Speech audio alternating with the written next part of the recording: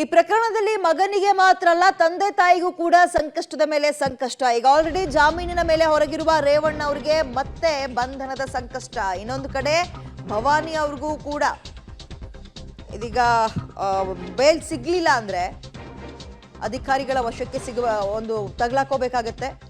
H D ರೇವಣ್ಣಗೆ bale ರದ್ದು ಕೋರಿ ಹೈಕೋರ್ಟ್ಗೆ SIT ಅರ್ಜಿ ಸಲ್ಲಿಸಿದೆ. ಮೇ 31ಕ್ಕೆ ಅರ್ಜಿ ವಿಚಾರಣೆ ಆಗೋ ಸಾಧ್ಯತೆ ಇದೆ. ಬಂಧನಕ್ಕೊಳಗಾಗಿದ್ದ ರೇವಣ್ಣಗೆ ಸೆಷನ್ಸ್ ಕೋರ್ಟ್ ಜಾಮೀನು ಕೊಟ್ಟಿತ್ತು. ಅದರ ಬೆನ್ನಲ್ಲೇ ಅವರು ಟೆಂಪಲ್ ರನ್ ಕೂಡ ಶುರು ಮಾಡಿದ್ರು. ಈ ಕಡೆ ಪ್ರಕರಣದ ರದ್ದು ಕೋರಿ ಹೈಕೋರ್ಟ್ಗೆ ರೇವಣ್ಣ ಕೂಡ ಅರ್ಜಿ ಹಾಕಿದ್ದಾರೆ. ಎರಡು ಪ್ರಕರಣ ಪ್ರಮುಖವಾಗಿ ಅವ್ರ ಮೇಲೆ ಕೇಳಿ ಬರ್ತಾ ಇರೋದು. ಅದೇ ಹೊಳೆ ನರಸೀಪುರದ್ದು ಲೈಂಗಿಕ ದೌರ್ಜನ್ಯ, ಇಂದು KR ನಗರ ಕಿಡ್ನಾಪ್ ಕೇಸ್ ಇತ್ತಲ್ಲ, ಅದರಲ್ಲೂ ಕೂಡ ಆ ಕೇಸ್ ರದ್ದಿಗೆ ಅರ್ಜಿ ಹಾಕಿದ್ದಾರೆ. ಮಗದೊಂದು ಕಡೆ ಹೆಂಡತಿ ಪಾತ್ರ ಏನಪ್ಪ ಅಂತ ಹೇಳಿದ್ರೆ, ಈ ಕಿಡ್ನಾಪ್ ಕೇಸ್ನಲ್ಲಿ ಭವಾನಿ ರೇವಣ್ಣ ಅವರ ಹಸ್ತಕ್ಷೇಪ ಇದೆ ಅನ್ನೋ ಹಿನ್ನೆಲೆಯಲ್ಲಿ ಇವತ್ತು ನೆನ್ನೆ ಇತ್ತು, ಇವತ್ತು ಕೂಡ ಆ ಜಾಮೀನು ಅರ್ಜಿ ವಿಚಾರಣೆ ಆಗುತ್ತೆ. ಡೀಟೇಲ್ಸ್ ನಮ್ಮ ಪ್ರತಿನಿಧಿ ನಾಗೇಶ್ ನೀಡ್ತಾರೆ. ನಾಗೇಶ್, ಒಂದ್ ಕಡೆ ಮಗನಿಗೆ ಮಾತ್ರ ಅಲ್ಲ ತಂದೆ ತಾಯಿಗೂ ಸಂಕಷ್ಟ ಈ ಬೇಲ್ ವಿಚಾರದಲ್ಲಿ, ಡೀಟೇಲ್ಸ್ ಕೊಡೋದಾದ್ರೆ.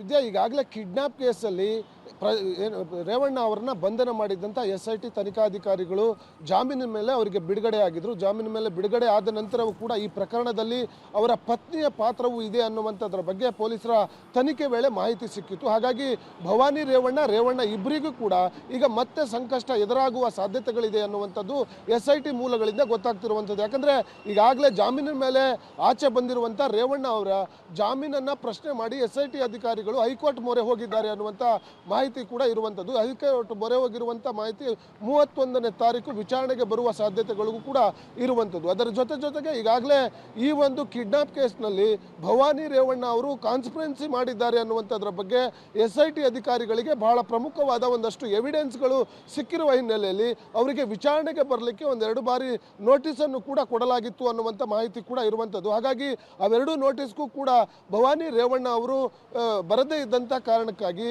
ಮತ್ತೆ ಅವರಿಗೂ ಕೂಡ ಬಂಧನದ ಭೀತಿ ಎದುರಾಗಿದೆ ಅನ್ನುವಂಥ ಕಾರಣಕ್ಕೆ ಅವರು ಕೂಡ ನ್ಯಾಯಾಲಯದ ಮೊರೆ ಹೋಗಿದ್ದಾರೆ. ಅವರ ವಿಚಾರಣೆ ಇವತ್ತು ಬರಲಿದೆ. ಇವತ್ತು ಅವರಿಗೆ ಜಾಮೀನು ಆಗತ್ತೋ ಇಲ್ಲೋ ಅನ್ನುವಂಥದ್ದು ಬಹಳ ಕುತೂಹಲಕಾರಿ ವಿಚಾರವಾಗಿರುವಂಥದ್ದು. ಒಂದು ವೇಳೆ ಜಾಮೀನು ಕ್ಯಾನ್ಸಲ್ ಆದರೆ ಭವಾನಿ ರೇವಣ್ಣ ಬಂಧನ ಆಗುವ ಸಾಧ್ಯತೆಗಳು ಕೂಡ ಹೆಚ್ಚಾಗಿದೆ ಅನ್ನುವಂಥ ಮಾಹಿತಿ ಈಗ ಸದ್ಯಕ್ಕೆ ಇರುವಂಥದ್ದು. ವಿದ್ಯಾ.